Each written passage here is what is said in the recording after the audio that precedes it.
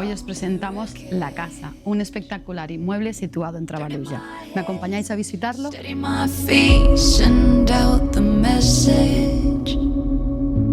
It's not the fight that makes you bleed. Old scars turn dark.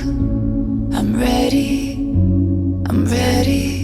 so clear, no fear. I'm ready, so I climb. La casa se distribuye en 2 plantas, 4 habitaciones y 3 baños.